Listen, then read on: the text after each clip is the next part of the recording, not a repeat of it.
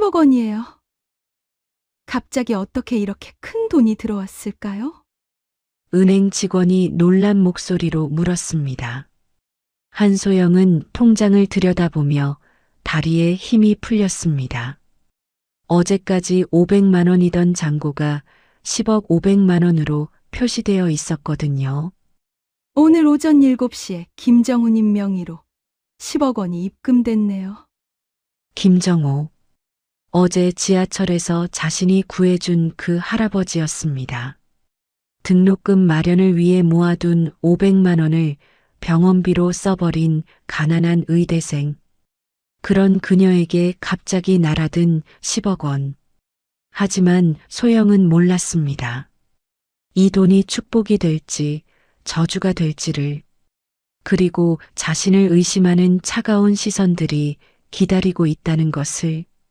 사연 시작 전 구독, 좋아요 꾹 눌러주세요. 우리의 인생은 함께 살아가는 삶이지요. 누군가에게 도움을 준다는 것만으로 함께 살아가는 인생임을 느끼게 합니다. 구독, 좋아요 누르시는 것만으로도 저에게 큰 도움을 주시는 거랍니다. 정말 감사합니다. 도움의 손길을 받아 오늘의 사연 시작합니다. 새벽 4시 편의점 문을 닫고 나온 한소영의 어깨가 축 처졌습니다.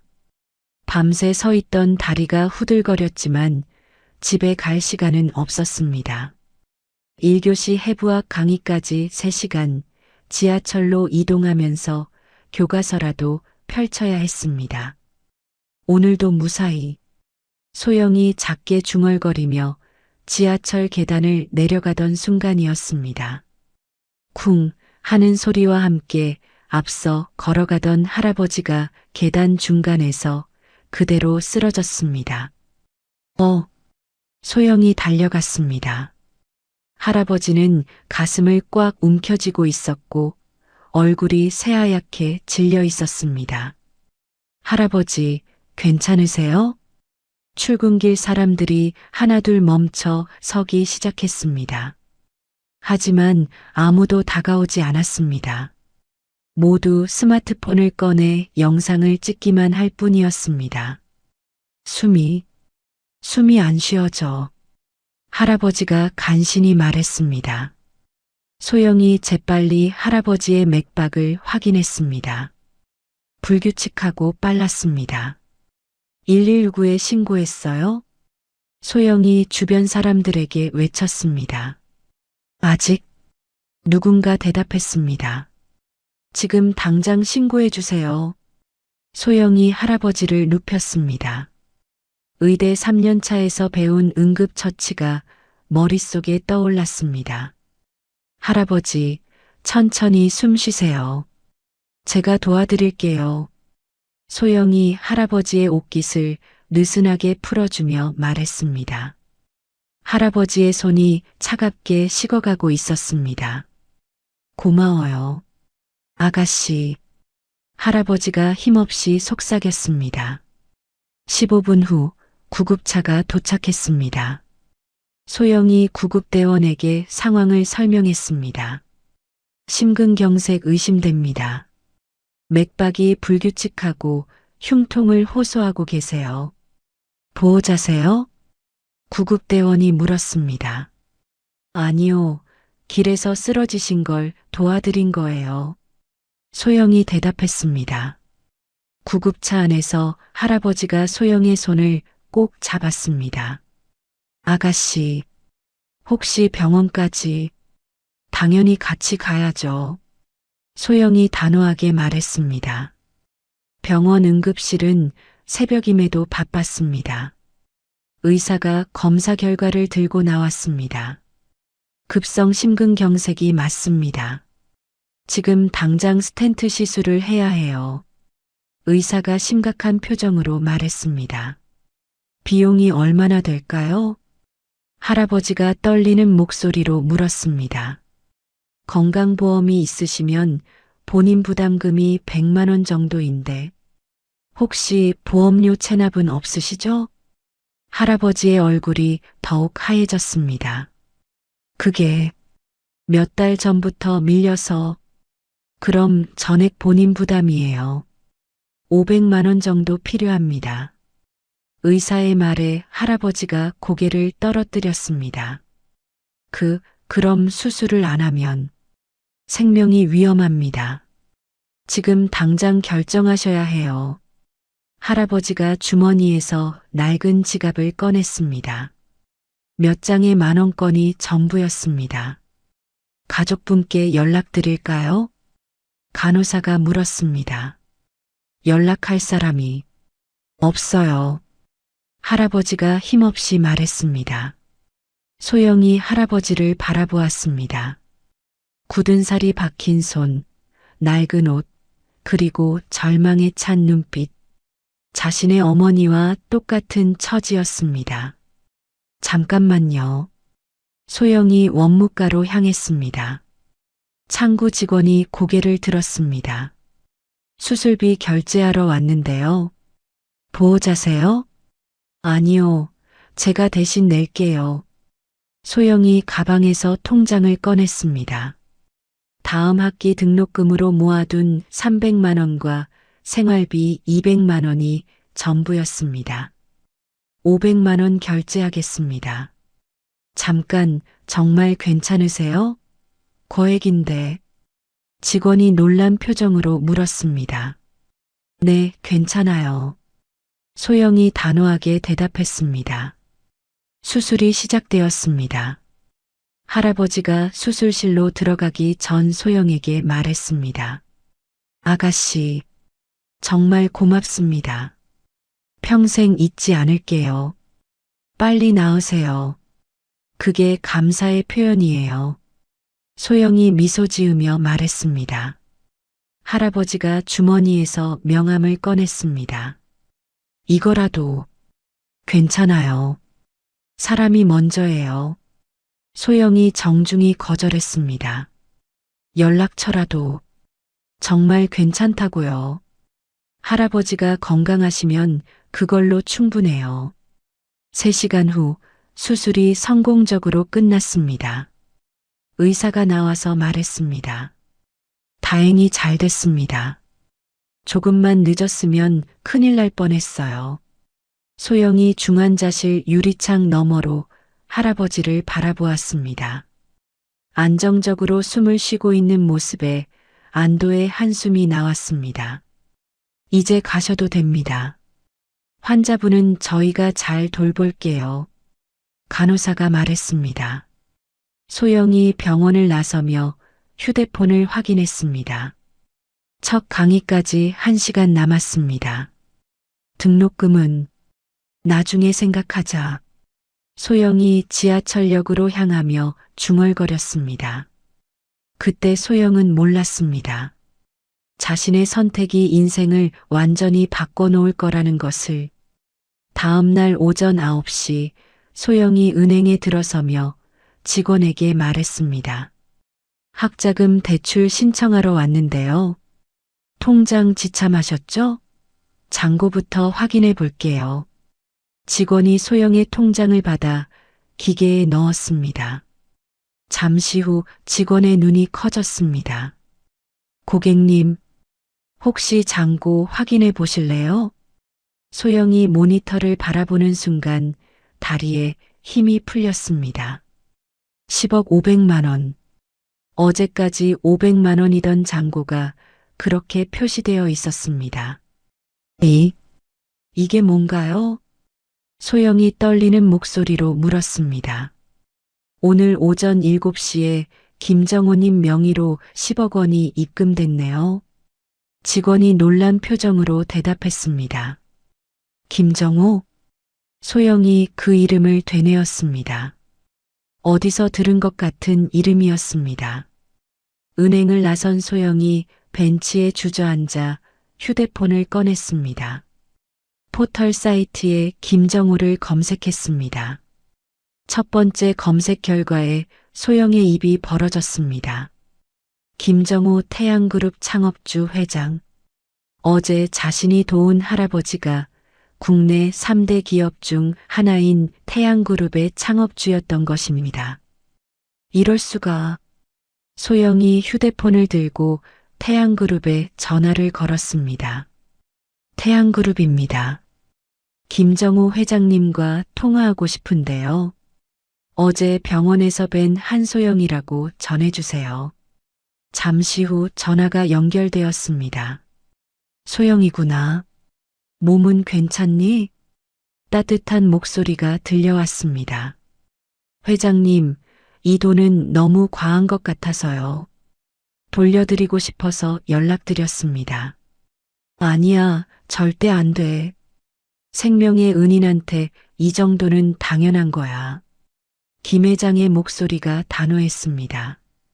그래도 오늘 오후에 회사로 와. 직접 이야기하자. 그날 오후 소영이 태양그룹 본사 68층 회장실에 서 있었습니다. 김 회장이 따뜻한 미소로 소영을 맞았습니다. 어제는 정말 고마웠어. 너 덕분에 내가 살았다. 당연한 일을 했을 뿐인데요. 이 돈은 정말 받을 수 없어요. 소영이 고개를 저었습니다. 김 회장이 창밖을 바라보며 말했습니다. 50년 전에 나도 너와 비슷한 처지였어. 가난한 청년이었는데 공사장에서 크게 다쳤거든. 김 회장의 목소리가 잔잔했습니다. 그때 한 의사 선생님이 돈 한 푼 안 받고 나를 치료해 주셨어. 그분 덕분에 오늘의 내가 있는 거야. 그래서 이 돈으로 훌륭한 의사가 돼. 그리고 나처럼 어려운 사람들을 도와줘. 그게 내 소원이야. 김 회장이 소영을 바라보며 진심 어린 목소리로 말했습니다. 소영의 눈에 눈물이 고였습니다. 할아버지의 진심이 고스란히 전해졌습니다. 이틀 후 오전 소영이 다니는 의과대학 학장실에서 긴급회의가 열렸습니다. 학장이 서류를 들고 흥분한 목소리로 말했습니다. 10억 원 기부라고요? 정말입니까? 네, 확실합니다. 한소영 의료봉사 장학재단을 설립하겠다고 하시네요. 기획처장이 대답했습니다. 1시간 후 대학 홈페이지 메인 화면에 대형 배너가 걸렸습니다. 의대생 한소영, 생명구조 후 10억 원 장학재단 설립. 소영이 강의실에 들어서자 모든 시선이 집중되었습니다. 웅성거리는 소리가 강의실을 가득 메웠습니다. 야, 소영아. 박은지가 소영을 불렀습니다. 하지만 평소와 달리 어색한 미소였습니다. 무슨 일이야? 갑자기 유명해졌던데? 그게 소영이 말을 주저하자 최민석이 다가왔습니다. 평소 소영을 거들떠보지도 않던 3년 선배였습니다. 소영아, 축하해. 정말 대단한 일을 했구나. 최민석이 환한 미소로 말했습니다. 우리 스터디 그룹에 참여해보는 게 어때? 네가 필요해. 아, 감사하지만 점심도 함께 하자. 내가 살게. 최민석이 적극적으로 나섰습니다. 같은 과 동기들도 하나둘 다가왔습니다. 소영아, 과제 좀 도와줄 수 있어? 나도 도움이 필요한데. 함께 공부할래? 평소 소영을 무시하던 학생들이 갑자기 친근하게 굴었습니다. 점심시간 소영이 박은지와 함께 학교 뒷뜰에 앉았습니다. 정말 재벌 할아버지를 구해준 거야? 은지가 조심스럽게 물었습니다. 응, 지하철에서 쓰러지셔서. 와, 진짜 드라마 같다. 그런데 은지가 말을 멈췄습니다. 뭐? 아니야, 그냥. 갑자기 신기해서. 은지의 목소리에 묘한 감정이 섞여 있었습니다. 그때 대학 언론사 기자가 다가왔습니다. 한소영 학생이시죠? 인터뷰 요청드려도 될까요? 인터뷰요? 네, 정말 감동적인 이야기거든요. 학교 신문에 실으려고요. 소영이 당황하자 은지가 나섰습니다. 지금은 좀 곤란할 것 같은데요. 아, 그럼 나중에 연락드릴게요. 기자가 명함을 건네며 떠났습니다. 은지가 소영을 바라보며 말했습니다. 이제 정말 달라지겠다. 무슨 말이야? 우리 사이도 말이야. 은지의 말에 소영의 가슴이 먹먹해졌습니다. 일주일 후 태양그룹 본사 임원회의실에서 강민준이 서류를 내려놓았습니다. 아버지가 또 사기당하신 건 아닐까요? 민준이 차가운 목소리로 말했습니다. 무슨 말이냐? 김 회장이 눈살을 찌푸렸습니다. 10억 원이요. 너무 과한 것 같은데요. 목숨을 구해준 은인한테 과하다는 게 무슨 말이냐? 정말 우연이었을까요? 혹시 계획적으로 접근한 건 아닐까요? 민준의 의심 어린 목소리에 김 회장이 벌떡 일어났습니다. 그런 말하는 게 아니다. 확인해 보겠습니다. 민준이 단호하게 말했습니다. 이틀 후 민준이 사립탐정 사무소를 찾았습니다. 한소영이라는 학생을 조사해 주세요. 어떤 걸 알고 싶으신가요? 모든 것을요. 과거부터 현재까지. 민준이 사진을 건넸습니다. 일주일 안에 보고서 올려드리겠습니다. 며칠 후 민준이 조사 보고서를 받았습니다. 소영의 가난한 가정환경, 홀어머니, 성실한 생활 패턴이 적혀 있었습니다. 의심스러운 점은 없나요? 특별한 건 없습니다. 다만, 경제적으로 매우 어려운 상황이네요. 등록금 마련도 힘들어 보이고요. 민준이 고개를 끄덕였습니다. 그럼 동기가 있는 거네요. 그런 식으로 해석할 수도 있겠지만 직접 확인해 보겠습니다. 민준이 가짜 신분증을 만들었습니다. 강준호, 27세, 대학원생. 다음 날 오후 소영이 아르바이트하는 카페에 민준이 나타났습니다. 어서 오세요. 소영이 밝은 미소로 맞았습니다. 아메리카노 한 잔 주세요. 민준이 소영을 유심히 관찰했습니다. 자연스럽고 진실해 보이는 모습이었습니다. 학생이세요? 소영이 커피를 건네며 물었습니다. 네, 대학원생이에요. 저도 학생이에요. 어느 과세요? 의대요. 소영이 수줍게 대답했습니다. 민준이 며칠간 카페를 찾았습니다. 소영이 손님들을 대하는 태도, 동료들과의 관계를 관찰했습니다. 모든 것이 자연스럽고 진심 어린 모습이었습니다. 요즘 바쁘세요? 민준이 물었습니다. 좀 바빠졌어요. 갑자기 유명해져서요. 소영이 쓴웃음을 지었습니다. 유명해졌다고요? 네, 좀 복잡한 일이 있었거든요. 소영의 표정이 어두워졌습니다. 민준이 그 표정을 놓치지 않았습니다. 진짜로 힘들어하는 것 같았습니다.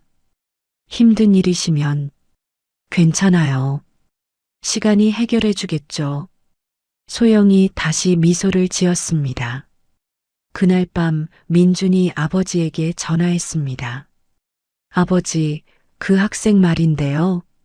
소영이 말이냐? 네, 직접 만나보니 나쁜 사람은 아닌 것 같은데. 그러니까 내가 그랬잖아. 하지만 확실히 하고 싶어요. 민준이 더 깊이 조사하기로 마음먹었습니다. 하지만 소영의 순수한 모습에 마음 한편이 흔들리기 시작했습니다. 카페에서 퇴근하는 소영을 바라보며 민준이 중얼거렸습니다. 정말 순수한 건가 아니면 연기인 건가? 소영이 지하철역으로 사라지는 모습을 보며 민준의 의심은 계속되었습니다. 하지만 동시에 그녀의 진심 어린 모습이 자꾸 떠올랐습니다. 2주 후 오후 민준이 카페에 들어서며 소영에게 말했습니다. 오늘 시간 있으세요? 네, 왜요? 소영이 밝게 대답했습니다. 잠깐 나가서 이야기할 수 있을까요? 지금요? 소영이 시계를 보았습니다. 중요한 얘기가 있어서요. 민준의 진지한 표정에 소영이 고개를 끄덕였습니다. 사장님, 잠깐 나갔다 올게요. 카페 밖으로 나선 소영이 민준을 바라보았습니다. 무슨 일이세요? 제 정체를 말씀드려야 할 것 같아서요. 민준이 주머니에서 명함을 꺼냈습니다. 소영이 명함을 받아보는 순간 얼굴이 하얗게 질렸습니다. 태양그룹 강민준 전무. 이게 뭐예요? 강준호는 가짜 이름이었어요. 민준이 차가운 목소리로 말했습니다. 소영의 손이 떨렸습니다. 왜 거짓말을? 확인하고 싶었거든요. 당신이 진짜 순수한 마음으로 아버지를 도운 건지. 아버지요? 김정우 회장이 제 아버지입니다. 소영이 뒤로 물러섰습니다. 배신감과 충격이 얼굴에 그대로 드러났습니다. 그럼 그동안 당신을 조사한 거죠. 민준의 말에 소영의 눈에 눈물이 고였습니다. 회사로 가시죠. 이야기할 게 있어요. 1시간 후 태양그룹 본사 회의실에 소영이 앉아 있었습니다. 주요 임원 10여 명이 그녀를 둘러싸고 있었습니다. 민준이 프레젠테이션 화면을 켜며 말했습니다. 한소영 씨의 경제적 상황을 보시죠. 화면에 소영의 가게 상황이 나타났습니다. 등록금 체납, 생활비 부족, 여러 개의 아르바이트. 임원들이 소영을 바라보았습니다. 500만 원이 간절히 필요한 상황이었죠. 그게 뭔 상관이에요? 소영이 떨리는 목소리로 말했습니다. 우연히 쓰러진 게 아니라 계획적으로 접근했을 가능성이 있습니다. 민준이 단호하게 말했습니다. 말도 안 돼요. 저는 그냥 병원비를 낼 때 주저하지 않으셨죠? 500만 원을 그냥? 사람이 죽어가는데 돈이 중요해요? 소영이 울먹이며 반박했습니다. 그때 회의실 문이 벌컥 열리며 김 회장이 들어왔습니다. 뭐 하는 짓이냐? 김 회장이 화난 목소리로 외쳤습니다. 아버지, 진실을 확인하는 거예요. 진실이 뭐냐? 이 아이가 내 목숨을 구해줬다는 게 진실 아니냐? 하지만 동기가 불순할 수 있어요. 민준이 고집했습니다. 소영이 자리에서 일어났습니다. 이제 알겠어요. 전부 돌려드릴게요. 소영아. 김 회장이 말을 막으려 했지만 소영이 먼저 말했습니다. 10억 원 전부 반납하겠어요. 장학재단도 해체하고요. 소영이 눈물을 훔치며 회의실을 나갔습니다. 같은 시각 대학교에서는 누군가 몰래 촬영한 영상이 온라인에 퍼지고 있었습니다. 재벌가 목숨 구한 의대생, 알고 보니 사기꾼? 학교 커뮤니티가 난리였습니다. 역시 뭔가 이상하다고 생각했어. 돈 때문에 접근한 거였구나. 완전 계산적이네. 악성 댓글들이 쏟아졌습니다. 소영이 기숙사로 돌아오자 룸메이트가 휴대폰을 보여주었습니다. 소영아, 이거 뭐야? 화면에는 소영의 사진과 함께 악성 루머가 가득했습니다. 강의실에서도 상황은 마찬가지였습니다. 학생들이 소영을 보며 수군거렸습니다. 제가 그 유명한 한소영이야? 돈 노리고 할아버지한테 접근했다며? 박은지가 소영에게 다가왔습니다. 소영아, 정말 순수한 마음이었던 거 맞아? 은지야, 조금이라도 계산이 있었던 건 아니야? 솔직히 말해봐. 은지의 말에 소영의 마음이 무너졌습니다. 가장 가까운 친구마저 자신을 의심하고 있었습니다. 나도 모르겠어. 이제 뭐가 진짜인지. 소영이 고개를 떨어뜨렸습니다. 교수들도 냉담한 시선을 보내기 시작했습니다. 한소영 학생, 요즘 소문이 안 좋던데? 해부학 교수가 소영을 따로 불렀습니다. 교수님, 그건 학교 이미지에 좋지 않아. 조용히 처신하길 바라. 소영이 복도를 지날 때마다 시선과 수군거림이 따라왔습니다. 저기 간다. 그 사기꾼. 재벌 할아버지 속이네. 완전 계산적이야.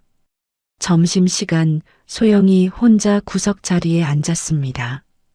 평소 함께 앉던 친구들이 모두 다른 자리로 이동했습니다. 은지마저 다른 테이블에서 소영을 피하는 시선을 보냈습니다.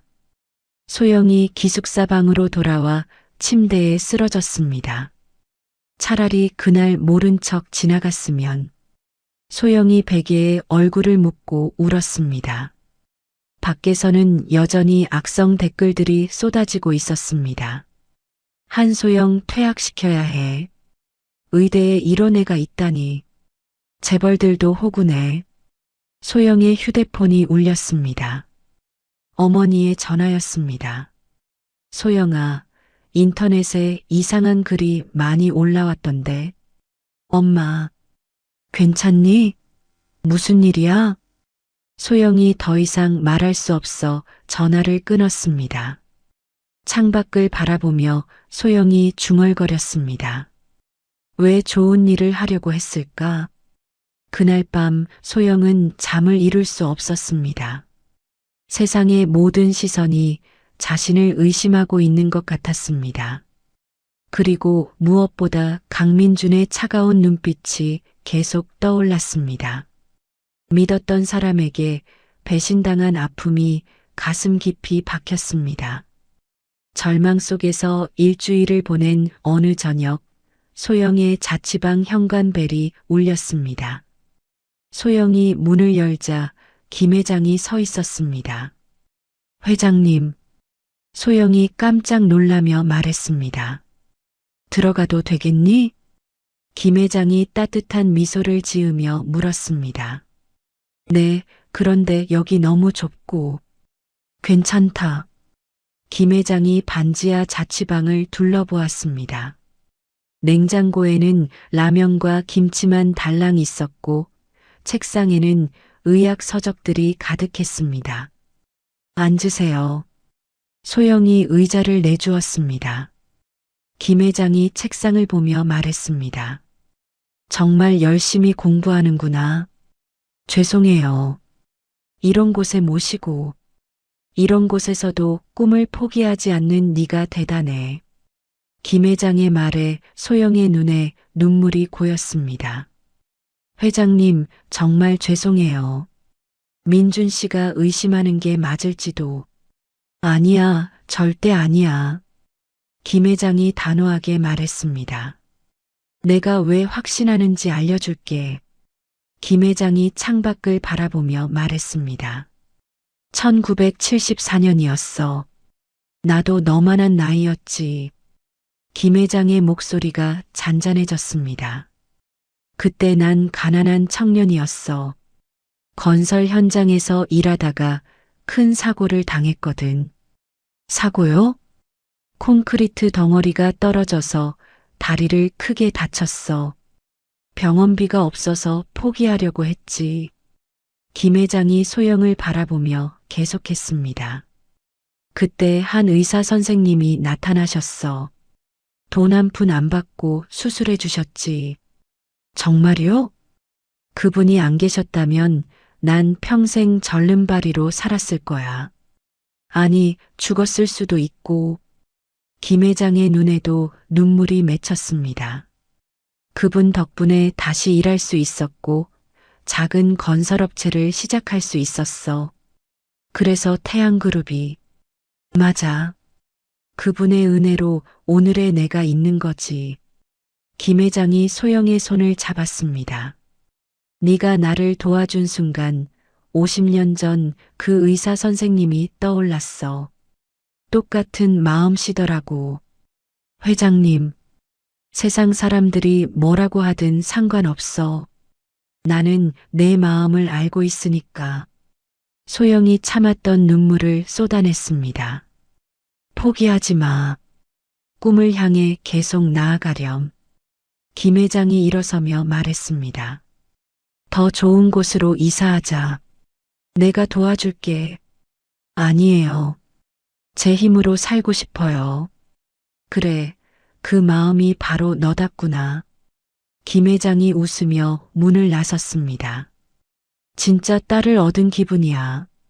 같은 시각 민준이 사립탐정사무소에서 추가 조사 보고서를 받고 있었습니다. 더 자세한 내용 나왔나요? 네, 이걸 보세요. 탐정이 두꺼운 파일을 내밀었습니다. 민준이 첫 장을 펼치는 순간 표정이 굳었습니다. 중학교 1학년 때 길고양이 치료비. 네, 교통사고 당한 고양이를 한 달간 돌보며 용돈을 모아 동물병원에 데려갔다고 하네요. 민준이 다음 장을 넘겼습니다. 고등학교 때는 치매 할머니를, 혼자 사는 할머니를 1년간 매일 돌봤답니다. 병원 동행, 약 챙기기까지. 민준의 손이 떨렸습니다. 대학 와서도 룸메이트 등록금을 150만 원을 빌려줬는데 아직도 받지 못했다고 하네요. 그런데 재촉하지도 않는다고. 민준이 보고서를 덮으며 의자에 깊이 앉았습니다. 15년간 계속 이런 식이었다고요? 네, 패턴이 일관돼요. 항상 자신보다 어려운 사람을 먼저 생각하더라고요. 민준이 고개를 떨어뜨렸습니다. 자신의 판단이 완전히 틀렸다는 것을 인정할 수밖에 없었습니다. 제가 완전히 잘못 생각했네요. 조사해보니 정말 순수한 분 같더라고요. 민준이 탐정사무소를 나서며 휴대폰을 꺼냈습니다. 아버지에게 전화를 걸었습니다. 아버지, 죄송해요. 무슨 일이냐? 소영 씨에 대해서요. 제가 완전히 오해했어요. 김 회장의 한숨 소리가 들렸습니다. 이제라도 알아서 다행이다. 어떻게 사과해야 할까요? 진심을 보여라. 말이 아니라 행동으로. 민준이 전화를 끊고 소영이 아르바이트하는 카페로 향했습니다. 카페 문을 열고 들어선 민준을 본 소영이 굳었습니다. 뭐하러? 사과하러 왔어요. 민준이 무릎을 꿇었습니다. 카페 안의 모든 손님들이 놀란 표정으로 바라보았습니다. 일어나세요. 사람들이 봐요. 소영이 당황하며 말했습니다. 정말 죄송합니다. 제가 완전히 잘못 판단했어요. 민준의 목소리에 진심이 담겨 있었습니다.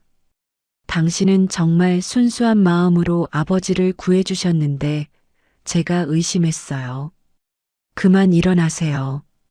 용서해 주세요. 제가 너무 오만했어요. 민준의 눈에서 눈물이 흘렀습니다. 소영이 민준을 일으켜 세웠습니다. 됐어요. 이해해요. 아니에요. 당신의 명예를 회복시켜 드릴게요. 민준이 단호하게 말했습니다. 어떻게요? 기자회견을 열겠어요. 공식적으로 사과하고 진실을 알리겠어요. 이틀 후 태양그룹 본사에서 긴급 기자회견이 열렸습니다. 민준이 단상에 올라섰습니다. 한소영 학생에 대한 잘못된 의혹들을 바로잡고자 이 자리에 섰습니다. 기자들의 플래시가 터졌습니다. 한소영 학생은 아무런 사심 없이 저희 아버지의 생명을 구해주신 진정한 은인입니다. 그럼 의혹은 사실이 아니라는 건가요? 한 기자가 질문했습니다. 네, 모두 근거 없는 추측이었습니다. 제가 확인했습니다. 그럼 왜 의혹이 제기되었나요? 제가 의심했기 때문입니다. 제 편견과 오만함 때문에 순수한 분을 모독했습니다. 민준이 깊이 고개를 숙였습니다. 한소영 학생과 그 가족분들께 진심으로 사과드립니다. 앞으로 어떻게 하실 건가요? 악성 루머를 유포한 모든 사람들에게 강력한 법적 대응을 하겠습니다. 기자회견 영상이 실시간으로 퍼졌습니다. 온라인 커뮤니티의 분위기가 완전히 바뀌었습니다. 와, 재벌 아들이 직접 사과하네. 한소영 진짜 억울했겠다. 우리가 너무 성급하게 판단했나? 대학교도 마찬가지였습니다. 학생들이 소영을 다시 보기 시작했습니다. 박은지가 소영에게 달려왔습니다. 소영아, 미안해. 내가 너무 의심했어. 괜찮아, 은지야. 정말 미안해. 친구인데 믿지 못해서. 은지가 소영을 꼭 안았습니다. 그날 저녁 민준이 소영에게 전화했습니다. 시간 있으세요? 제대로 사과드리고 싶어서요. 전화로도 충분해요. 아니에요. 직접 만나야겠어요. 소영이 망설이다가 대답했습니다. 좋아요. 만나죠. 3년 후 의사국가고시 합격자 발표 당일. 소영이 컴퓨터 화면을 바라보며 떨리는 손으로 마우스를 클릭했습니다. 1번 한소영. 화면 맨 위에 자신의 이름이 떠 있었습니다. 전국 수석이었습니다. 합격했다. 수석으로. 소영이 기숙사방에서 소리쳤습니다. 룸메이트가 달려와 소영을 껴안았습니다. 축하해. 정말 대단해. 소영의 휴대폰이 연달아 울렸습니다. 첫 번째 전화는 김 회장이었습니다. 소영아, 축하한다. 수석이라며? 네, 회장님. 정말 믿어지지 않아요. 당연한 결과야. 그동안 얼마나 열심히 했는데. 김 회장의 기쁜 목소리가 전화기를 통해 들려왔습니다. 저녁에 온 가족이 모여서 축하하자. 두 번째 전화는 민준이었습니다. 축하해. 정말 자랑스러워. 민준의 목소리에 진심 어린 기쁨이 담겨 있었습니다. 고마워. 네가 응원해줘서 힘이 됐어. 이제 꿈꿔왔던 무료 진료소도 만들 수 있겠네. 응, 드디어. 그날 저녁 김 회장의 집에서 가족 모임이 열렸습니다. 김 회장이 샴페인을 터뜨리며 말했습니다. 우리 딸이 의사가 됐다. 아직 인턴부터 시작해야 해요. 소영이 수줍게 말했습니다. 그래도 의사는 의사지. 자랑스럽다. 민준이 소영의 손을 잡으며 말했습니다. 무료 진료소 계획은 어떻게 생각하고 있어? 제가 자란 달동네에 세우고 싶어요. 소영의 눈이 반짝였습니다. 경제적으로 어려운 분들이 많이 사시거든요. 좋은 생각이야. 땅은 내가 구해줄게. 김 회장이 웃으며 말했습니다. 의료 장비도 최신으로 갖춰주마. 6개월 후 달동네 언덕 아래에 희망의료원이라는 간판이 걸렸습니다. 소영이 흰 가운을 입고 진료실을 둘러보았습니다. 드디어 시작이네. 민준이 소영의 어깨를 감싸며 말했습니다. 떨려? 많이. 하지만 기대도 돼. 개원 첫날 새벽 6시 진료소 앞에 벌써 줄이 서기 시작했습니다. 소문을 들은 동네 주민들이 하나둘 찾아온 것입니다. 선생님, 정말 돈 안 받는다는 게 맞나요? 첫 번째 환자인 70대 할머니가 물었습니다. 네, 맞아요. 편하게 진료받으세요. 소영이 환한 미소로 대답했습니다. 고맙습니다. 병원비가 없어서 몇 달째 참고 있었거든요. 이제 아프시면 언제든 오세요. 그날 소영은 밤 10시까지 120명의 환자를 진료했습니다. 감기, 고혈압, 당뇨병까지 다양한 질병이었습니다. 오늘 정말 수고했어. 민준이 진료소에 차려온 저녁을 내놓으며 말했습니다. 힘들지 않아? 전혀. 오히려 보람돼. 소영이 지친 표정이지만 밝게 웃었습니다. 환자분들이 고마워하시는 모습을 보니까 정말 의사가 된 것 같아. 3개월이 지나자 희망의료원의 소문이 서울 전체로 퍼졌습니다. 매일 200명 이상의 환자가 찾아왔습니다. 지역 방송국 기자가 소영을 인터뷰했습니다. 무료 진료를 시작하게 된 계기가 있나요? 제가 어려서부터 가난했거든요. 병원비가 없어서 아픈데도 참았던 기억이 많아요. 힘들지 않으세요?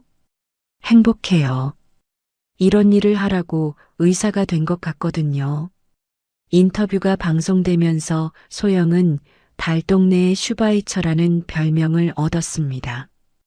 그해 겨울, 크리스마스 이브, 희망의료원에 환자들과 동네 주민들이 모였습니다. 소영에게 감사 인사를 전하기 위해서였습니다. 선생님 덕분에 할머니가 건강해졌어요. 어린아이가 손편지를 건넸습니다. 선생님은 우리 동네 천사예요. 한 아주머니가 눈물을 닦으며 말했습니다. 그때 민준이 나타났습니다. 손에는 빨간 장미 꽃다발을 들고 있었습니다. 소영아. 민준이 무릎을 꿇었습니다. 모든 사람들이 숨을 죽였습니다. 나와 결혼해 줄래? 민준이 반지를 꺼냈습니다. 소영의 눈에서 눈물이 흘렀습니다. 정말? 너와 함께 더 많은 사람들을 도우며 살고 싶어? 네. 소영이 큰 소리로 대답했습니다. 환자들과 주민들이 박수를 쳤습니다. 김 회장도 눈물을 훔치며 박수를 보냈습니다. 축하해요, 선생님. 정말 잘 어울려요. 행복하세요. 축하 인사가 의료원을 가득 메웠습니다. 민준이 소영에게 반지를 끼워주며 말했습니다. 고마워. 네가 있어서 내 인생이 더 의미 있어졌어. 나야말로 너 때문에 더 큰 꿈을 꿀 수 있게 됐어. 김 회장이 다가와 두 사람을 껴안았습니다. 정말 축하한다. 세상에서 가장 아름다운 커플이야. 회장님 덕분에 이 모든 일이 가능했어요. 소영이 김 회장에게 고마움을 표했습니다.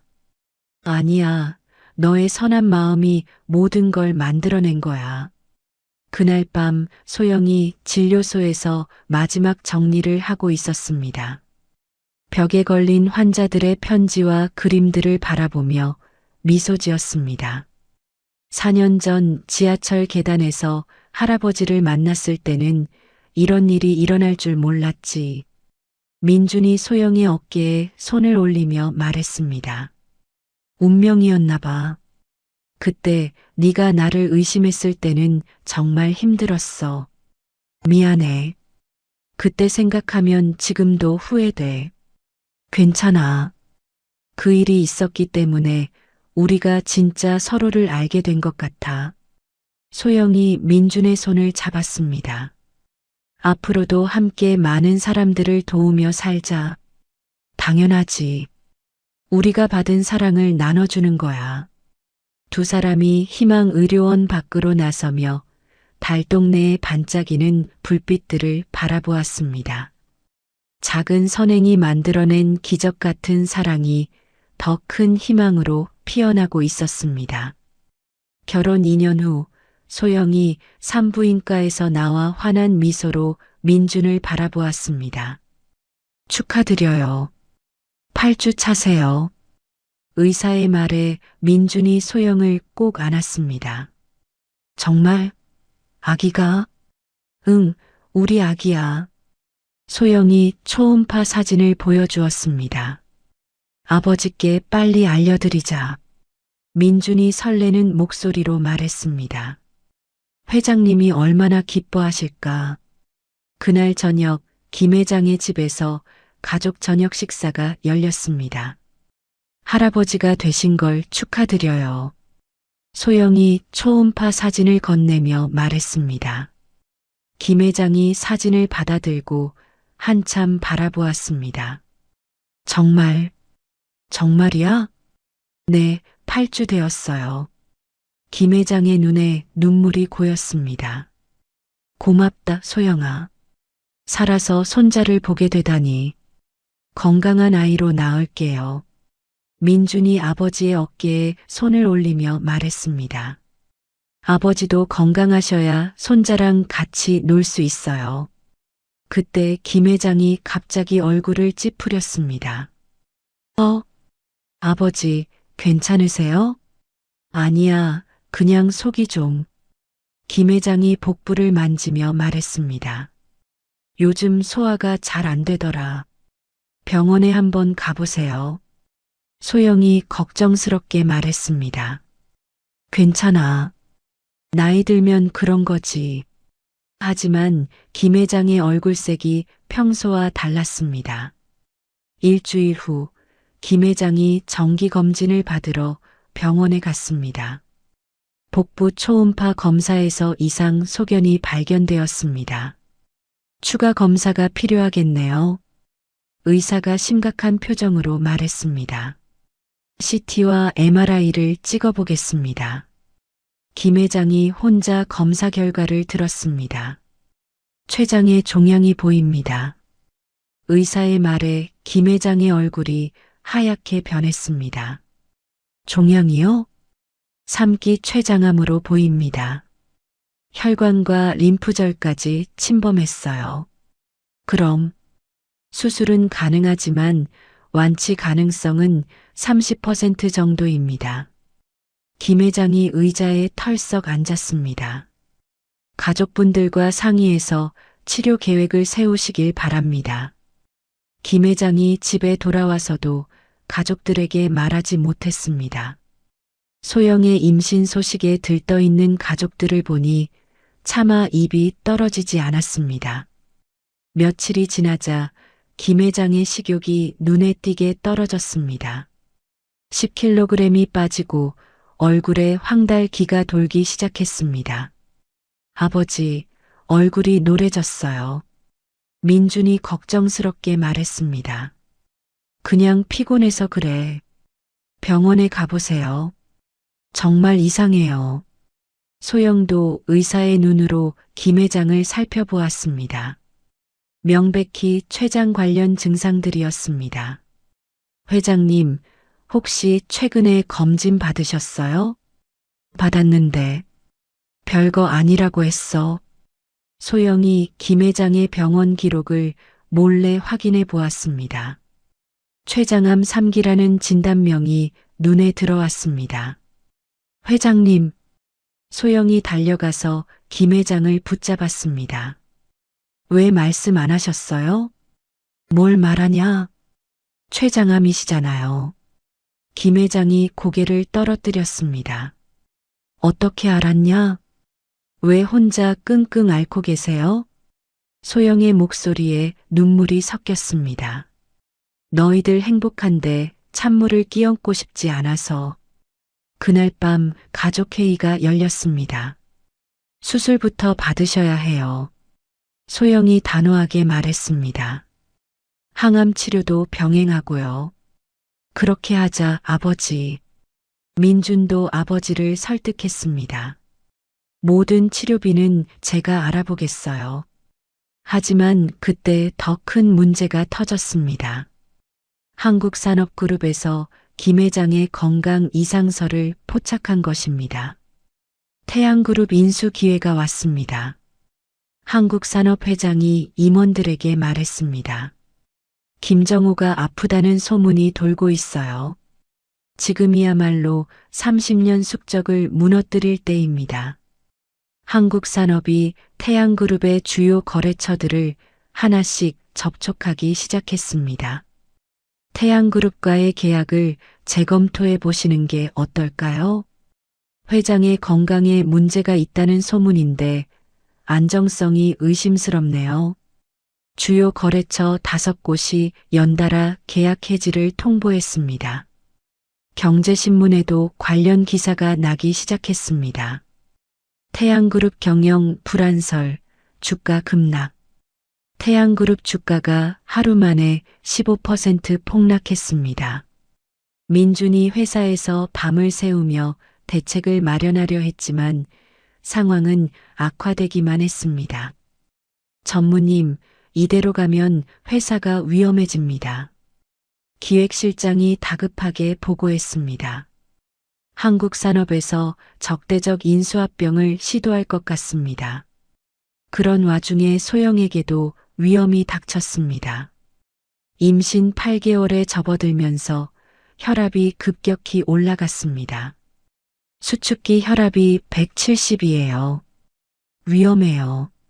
산부인과 의사가 심각한 표정으로 말했습니다. 즉시 입원하셔야 합니다.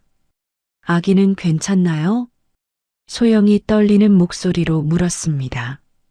지금 상태로는 응급 제왕절개를 해야 할 수도 있어요. 민준이 병원으로 달려왔을 때 소영은 이미 응급실에 있었습니다. 의사 선생님, 제 아내 상태가 어떤가요? 산모와 태아 모두 위험합니다. 수술 준비하고 있어요. 민준이 복도 벤치에 주저앉았습니다. 아버지의 암 수술, 아내의 위험한 출산, 회사의 존폐 위기, 모든 것이 동시에 닥쳤습니다. 어떻게 이런 일이? 민준이 고개를 감싸 안으며 중얼거렸습니다. 김 회장이 병실에서 일어나 민준에게 왔습니다. 괜찮다. 우리가 함께 이겨내자. 아버지, 몸이 안 좋으신데. 가족이 위험할 때 가만히 있을 수는 없지. 김 회장이 간호사에게 말했습니다. 최고의 산부인과 전문의를 불러주세요. 비용은 신경 쓰지 마시고. 수술실 불빛이 켜지고 소영의 응급수술이 시작되었습니다. 민준과 김 회장이 복도에서 기도하듯 기다렸습니다. 제발, 제발 무사하길. 민준이 손을 꼭 쥐며 중얼거렸습니다. 그 순간 태양그룹의 운명과 가족의 안전이 모두 위태로운 기로에 서 있었습니다. 다음 날 새벽 6시 수술실 문이 열렸습니다. 의사가 나와서 마스크를 벗으며 말했습니다. 축하드립니다. 산모와 아기 모두 안전해요. 민준이 벌떡 일어났습니다. 정말요? 네, 2.1kg 건강한 아들입니다. 김 회장이 눈물을 닦으며 의사에게 인사했습니다. 고맙습니다, 선생님. 1시간 후 소영이 회복실에서 깨어났습니다. 민준이 소영의 손을 잡고 있었습니다. 고생했어. 정말 고생했어. 아기는 건강해. 아들이야. 소영이 미소를 지었습니다. 회장님은 어떠세요? 괜찮으셔. 손자 보시고 완전히 달라지셨어. 신생아실에서 김 회장이 인큐베이터 안에 손자를 바라보고 있었습니다. 도연이야, 할아버지야.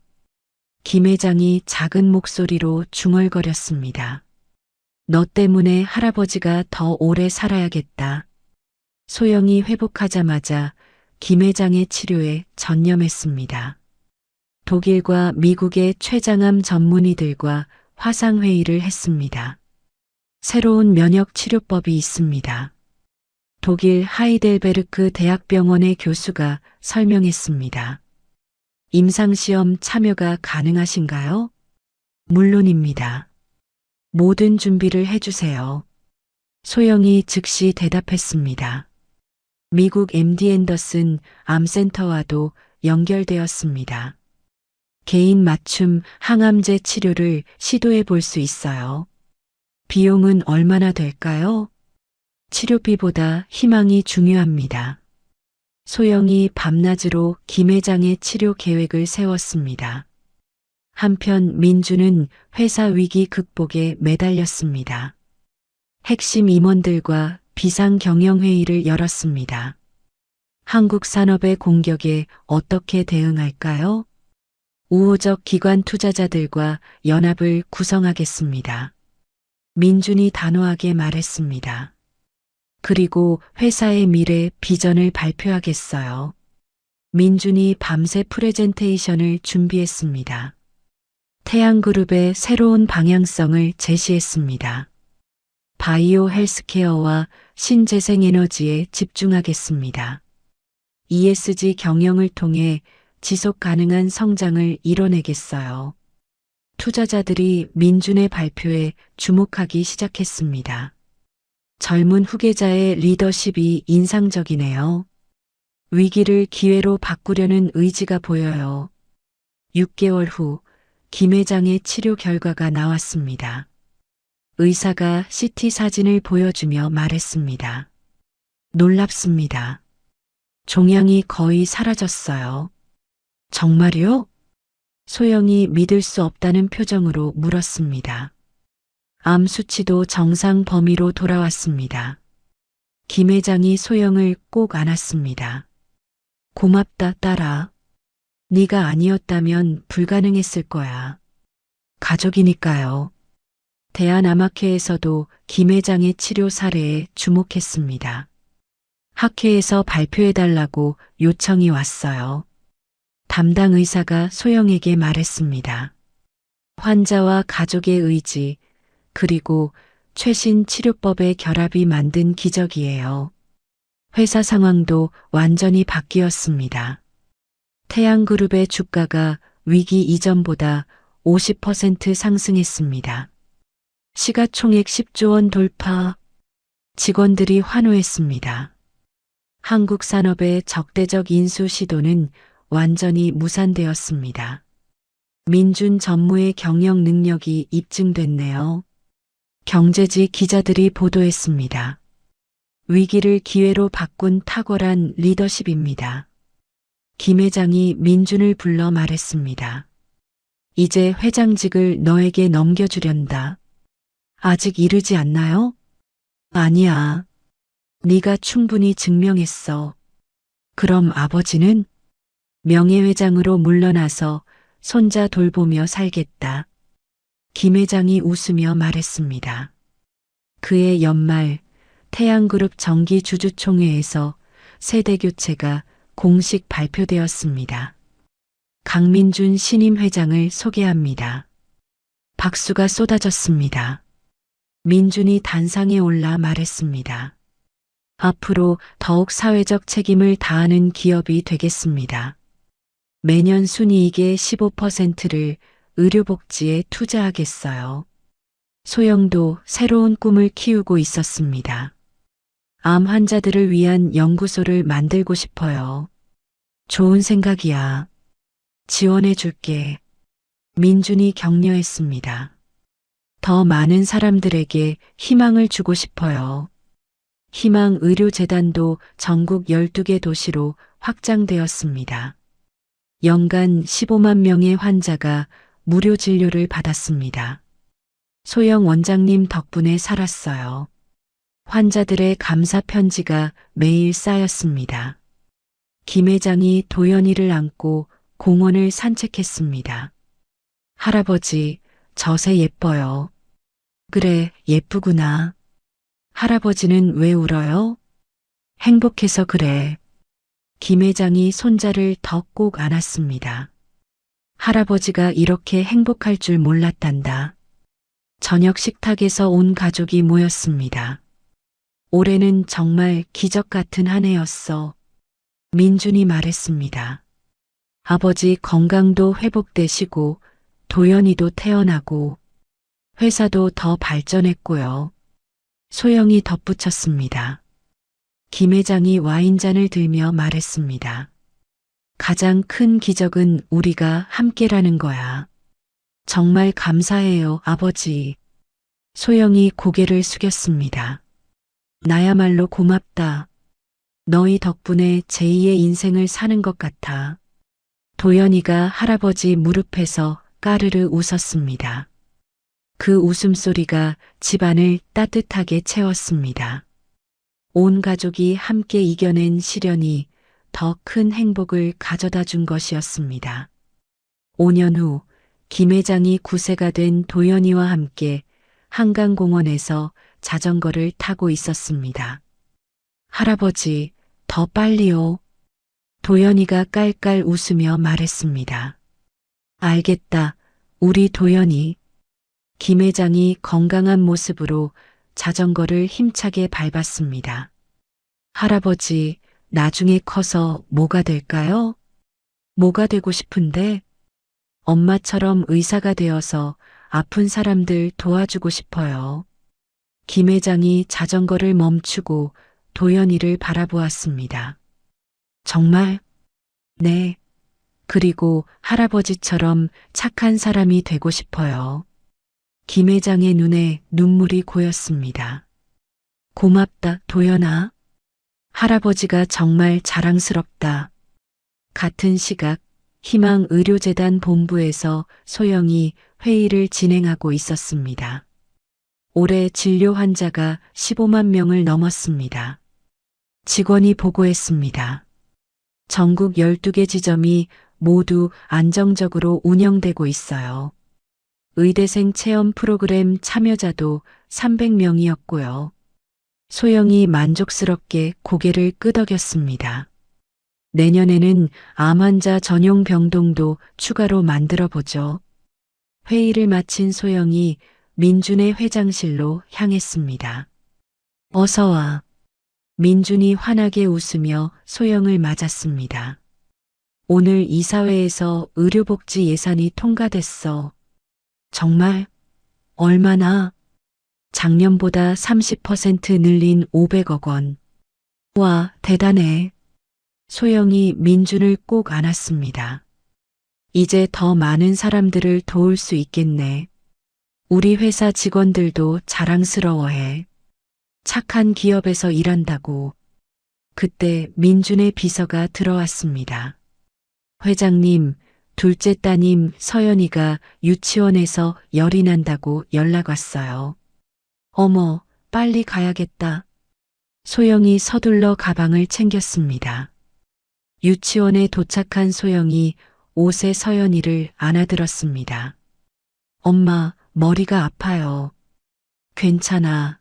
엄마가 봐줄게. 소영이 서연이의 이마에 손을 얹었습니다. 감기인 것 같네. 집에 가서 약 먹고 쉬자. 집에 돌아온 소영이 서연이를 재우고 거실로 나왔습니다. 김 회장이 도연이와 함께 돌아와 있었습니다. 서연이 어때? 감기예요. 푹 쉬면 괜찮아질 거예요. 다행이다. 요즘 독감이 돌더라. 그날 저녁 김 회장이 서재에서 원고를 정리하고 있었습니다. 자서전 집필이 거의 끝나가네. 민준이 아버지 옆에 앉으며 말했습니다. 제목이 작은 선행이 만든 기적이죠? 맞아. 소영이를 만난 이야기부터 지금까지. 출간되면 베스트셀러가 될 것 같은데요. 인쇄는 전부 소영이 재단에 기부할 거야. 김 회장이 미소 지으며 말했습니다. 6개월 후 김 회장의 자서전이 출간되었습니다. 출간 즉시 서점가에 화제가 되었습니다. 3개월 만에 50만 부 판매. 출판사 직원이 흥분해서 보고했습니다.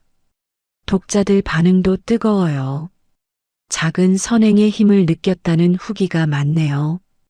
김 회장이 인쇄 수익 전액인 15억 원을 희망의료재단에 기부했습니다. 어느 날 오후 소영이 재단 본부에서 나오던 중이었습니다.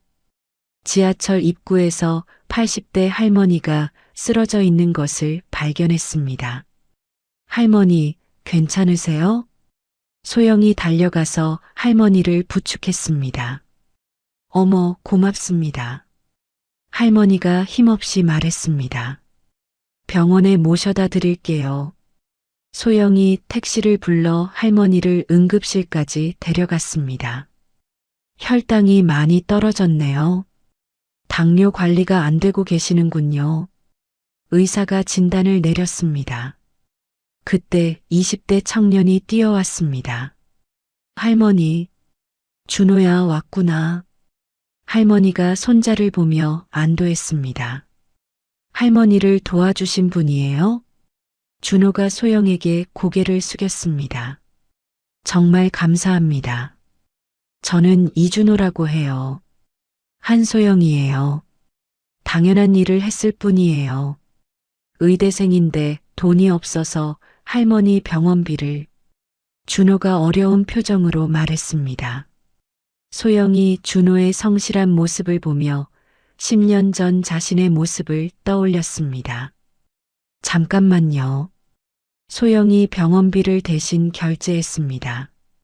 어떻게 이런 일을? 제가 운영하는 의료재단이 있어요. 장학금도 지원하는데 관심 있어요? 정말요? 준호의 눈이 반짝였습니다. 네, 인턴 기회도 드릴 수 있어요. 며칠 후 준호가 희망의료재단을 찾았습니다. 한소영 재단 이사장님이시군요. 준호가 놀라며 말했습니다. 유명하신 분인 줄 몰랐어요. 유명한 건 중요하지 않아요. 중요한 건 마음이죠. 소영이 준호에게 장학금 신청서를 건넸습니다. 열심히 공부해서 꼭 좋은 의사가 되세요. 네. 이사장님처럼 어려운 사람들을 도우는 의사가 되겠어요. 준호가 감격해서 말했습니다. 그날 저녁 온 가족이 넓어진 거실에서 저녁을 먹고 있었습니다. 오늘 또 좋은 일 하셨네요. 민준이 소영의 이야기를 들으며 말했습니다. 그 학생이 정말 성실해 보였어요. 10년 전 우리 딸과 똑같구나. 김 회장이 흐뭇하게 웃었습니다. 도연이가 물었습니다. 엄마, 왜 계속 다른 사람들을 도와줘요? 도연아, 우리가 받은 사랑을 나누어 주는 거야. 그럼 나도 나중에 사람들 도와줄래요. 서연이도 따라서 말했습니다. 저도요. 김 회장이 두 손자를 바라보며 말했습니다. 진정한 성공은 혼자 이루는 게 아니라 함께 나누며 만들어가는 거야. 할아버지 말씀이 맞아요. 소영이 고개를 끄덕였습니다. 창밖으로 석양이 지고 있었습니다. 서울 시내의 불빛들이 하나둘 켜지기 시작했습니다. 소영이 창가에 서서 10년 전을 떠올렸습니다. 지하철 계단에서 쓰러진 할아버지를 발견했던 그날 밤. 그때는 몰랐습니다. 500만 원의 작은 선행이 이렇게 큰 행복을 만들어낼 줄은. 정말 기적 같은 일들이었어. 소영이 혼자 중얼거렸습니다. 민준이 뒤에서 소영의 어깨를 감쌌습니다. 우리가 만든 기적이야. 아니야, 우리가 받은 기적이지. 소영이 민준의 손을 잡았습니다. 거실에서는 김 회장이 손자들에게 책을 읽어주고 있었습니다. 옛날 옛적의 착한 마음씨를 가진 소녀가 있었습니다. 도연이가 물었습니다. 할아버지, 그 소녀가 우리 엄마예요? 맞아. 우리 도연이 정말 똑똑하구나. 김 회장이 손자들을 꼭 안았습니다. 선행의 선순환은 계속되고 있었습니다. 작은 친절이 큰 사랑이 되고 그 사랑이 다시 더 많은 사람들에게 전해지고 있었습니다. 10년 전 지하철 계단에서 시작된 기적은 끝나지 않을 것 같았습니다. 10년 후 따뜻한 봄날 오후 19세가 된 도연이가 의대 입학 통지서를 들고 집에 들어왔습니다. 엄마, 아빠, 합격했어요. 도연이가 환하게 웃으며 소리쳤습니다. 소영이 앞치마를 벗고 달려왔습니다. 정말 합격했어? 네. 서울대 의대요. 민준도 회사에서 급히 달려왔습니다. 우리 아들이 의대에. 온 가족이 도연이를 둘러싸고 축하했습니다. 15세가 된 서연이도 박수를 치며 말했습니다. 오빠 정말 축하해. 나도 오빠처럼 의사가 될 거야. 김 회장이 지팡이를 짚고 천천히 다가왔습니다.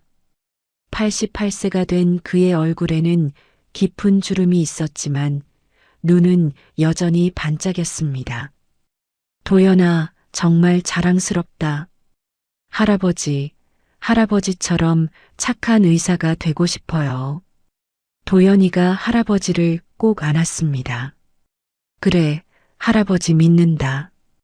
그날 저녁 축하 파티에서 김 회장이 일어나 말했습니다. 20년 전 소영이가 우리 가족이 되면서 시작된 기적이 계속되고 있구나. 도연이가 의사가 되어서 더 많은 사람들을 도울 거야. 소영이 도연이의 어깨에 손을 올리며 말했습니다.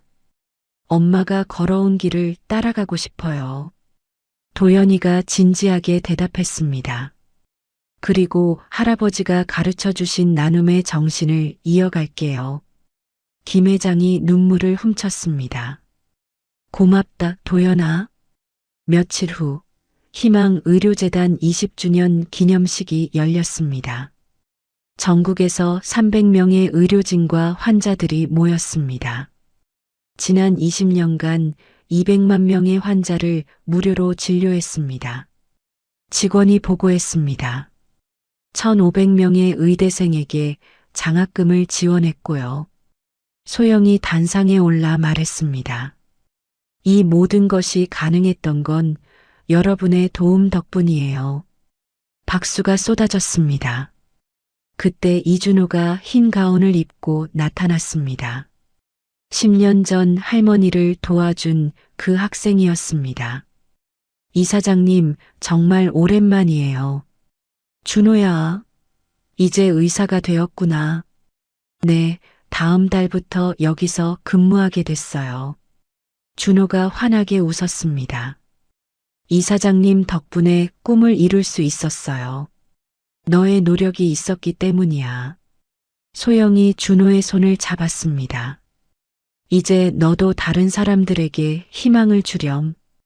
기념식이 끝나고 소영이 혼자 옥상에 올라갔습니다. 서울 시내가 한눈에 보이는 곳이었습니다. 민준이 뒤따라 올라왔습니다. 무슨 생각해? 20년 전 그날 생각하고 있었어. 소영이 민준의 어깨에 기댔습니다. 지하철 계단에서 할아버지를 만났던 그날. 그때 네가 그냥 지나쳤다면 어땠을까? 상상할 수 없어. 지금의 행복도 없었을 거고, 나도 너를 만나지 못했을 테고. 민준이 소영을 꼭 안았습니다. 우리 아이들도 없었을 거야. 정말 운명이었나 봐. 그때 김 회장이 서연이와 함께 옥상으로 올라왔습니다. 여기 계셨네요. 서연이가 뛰어와 소영을 안았습니다. 엄마, 할아버지가 옛날 이야기 해주셨어요.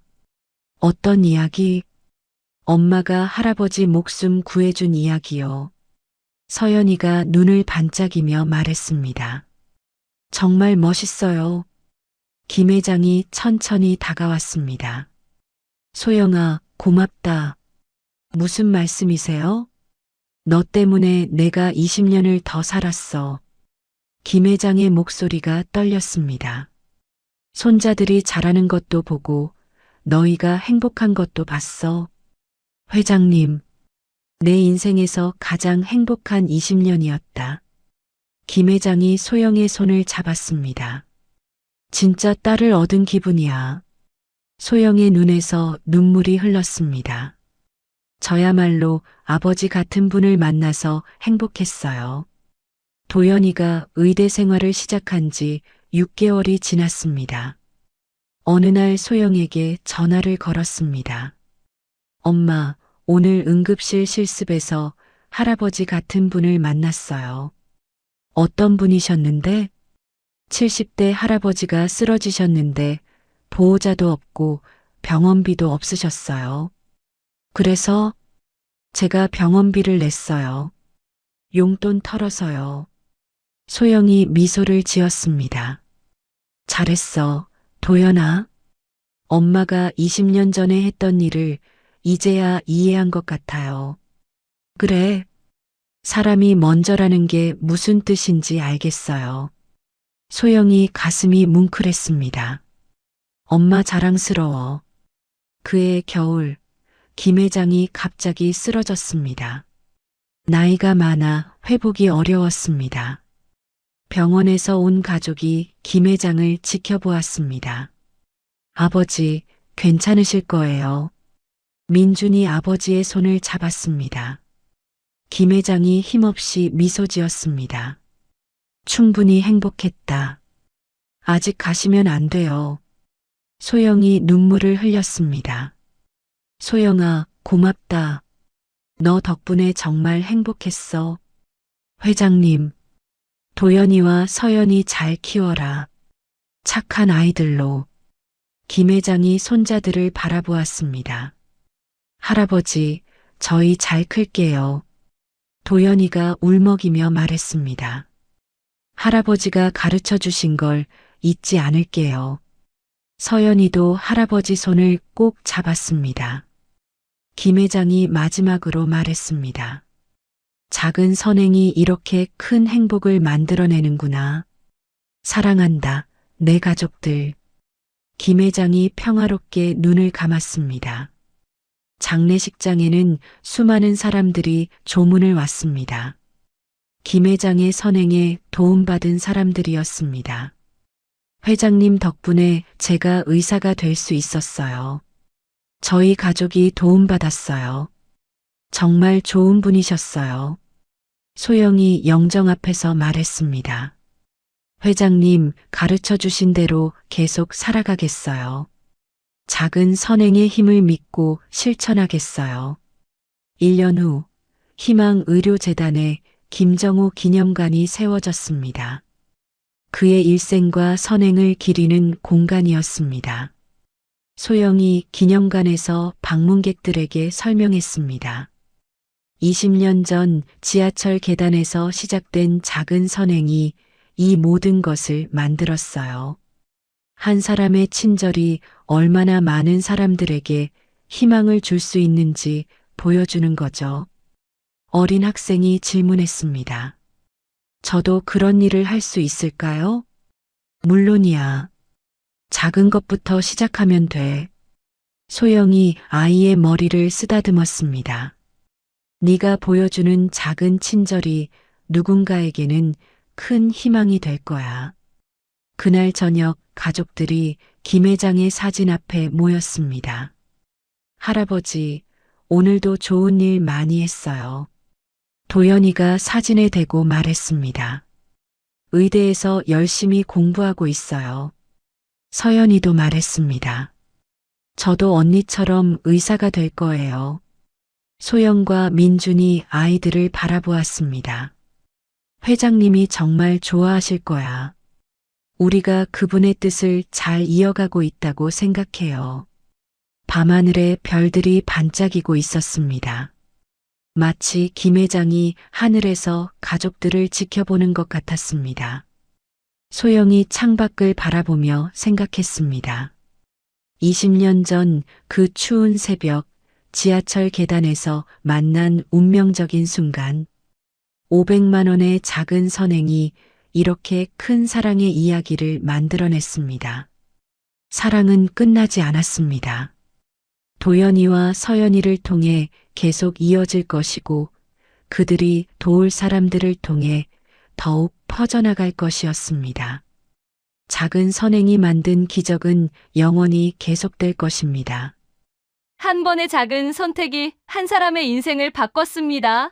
지하철 계단에서 쓰러진 할아버지를 외면하지 않은 소영의 마음, 그 500만 원의 선행이 10억 원의 축복으로 돌아왔고, 의심과 오해라는 시련을 거쳐 진정한 사랑과 가족을 만들어냈죠.